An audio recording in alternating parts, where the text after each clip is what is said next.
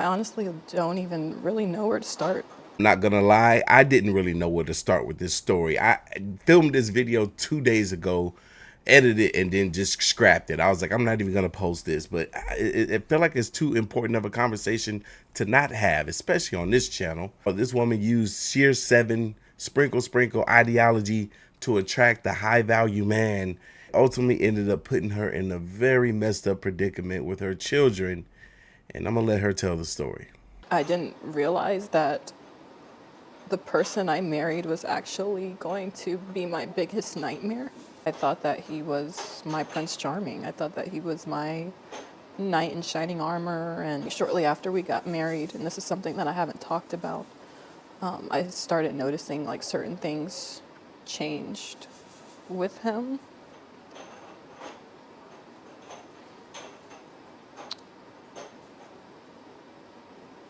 Viewer discretion is advised. Now, y'all just saw the text on the screen. She proclaims that her husband, after a few months of marriage, raped her 4 times.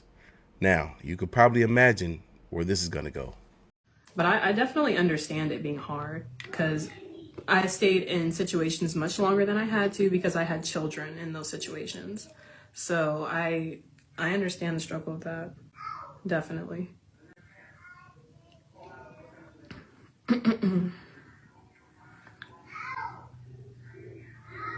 But you know, there's that saying, when you get sick and tired of being sick and tired, that's when you'll make a change. And that's very true. So it's just all about whenever you have the courage to do that. Sorry if my house is noisy in the background. I don't know how much you all can hear, but there's so many of us that it's just like that. So if you hear stuff in the background, just act like you don't.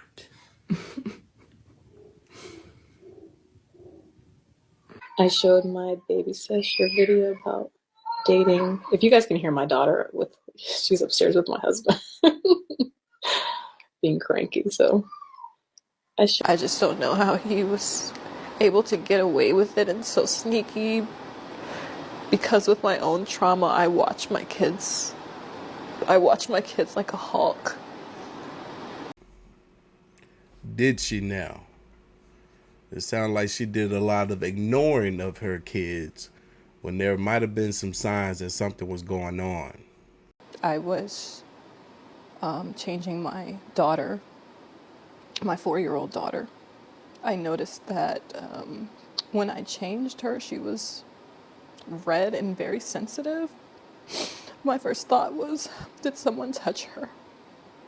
I asked her, I said, baby, did somebody touch you? And she ended up saying it was daddy.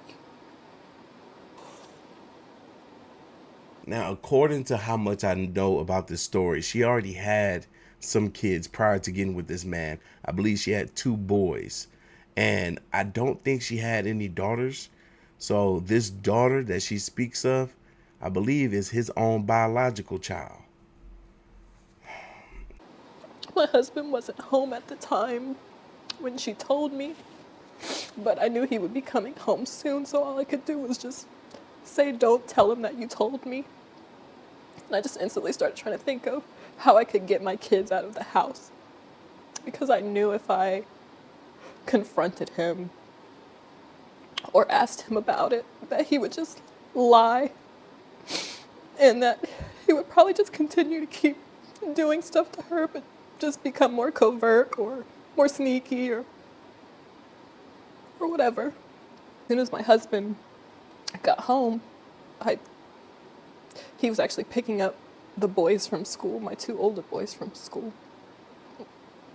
As soon as he got home, I told him that I was gonna go Halloween shopping with my sister, because I just needed an excuse to get out of the house with all the kids. And I knew if I said something like, oh, I'm going to the grocery store, that it would be suspicious. Like, why am I bringing all the kids and like packing things, like things that we would need and things like that. So when I got to the hospital, they basically told me that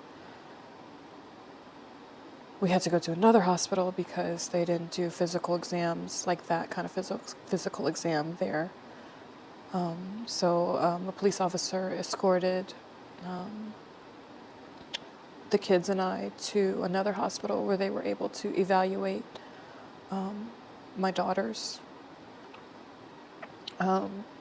It ended up coming out that he had actually been touching both of my daughters, who are only 2 and 4 years old. It's my worst nightmare. I myself am a product of RAPE. That's how I came to be. And was also, abused as a child by a neighbor's husband. And I specifically prayed to God that my children would never, ever, ever have to go through this. Again, I promise y'all, I'm not trying to be the bad guy here when I say this, but I can't be the only one that feels this way. That this woman was so eager to try to keep up this lifestyle, to put on this facade of how great it was to her viewers, teaching other women how to acquire a high-valued man, a man that will provide for you and make you become a trophy wife, that she allowed bad behavior from this man and was going to continue to allow the bad behavior, not thinking that there was a possibility that the things that he was doing to her could be done to her kids as well. This is why I feel like she could have done a better job to protect her kids from this monster. And I'm just not quite sure how this happened, why this happened. I just don't know how he was able to get away with it and so sneaky, because with my own trauma, I watch my kids like a hawk. Like, I don't like them sitting on people's laps. None of that. And he knows how much I cannot stand men like him. It's not enough to watch your kids like a hawk when you have them underneath the same roof as someone that you already knew was a monster before you had kids with him. Just by me going to sleep, my children were left unprotected. So I don't know what the future of this channel is going to be. I don't know if I'm going to change the name or what. It's like I built this channel and this whole brand around being this man's wife and trying to teach other women how to attract good men and provider men and all these different things. And I truly held my husband, or saw him, as the bar for what every woman should, type of man that, or type of husband that every woman should aspire to have. Your energy is not on credit. He needs to pay cash for it, which means what he says, it has to be tangible. Until it's tangible in your hand, it does not exist. And don't treat it like it exists. Don't even get excited about it. Just say, oh, okay, that'll be nice. Simple as that. Nothing more. And if he wants that positive reaction from you, if he wants anything more from you, he's going to have to deliver to get that. If you are liking this content, then I have something even more exciting for you. And that is my Hypergamous Dating Handbook. It just dropped today. It's on the website. It's on the community tab. If you are a woman looking to practice hypergamy, you are in the dating phase, then honey, this is what you need. So I just wanted to interrupt this video really quick to tell you about that. If you're interested, head on over to thenewtrophywife.com and get yours.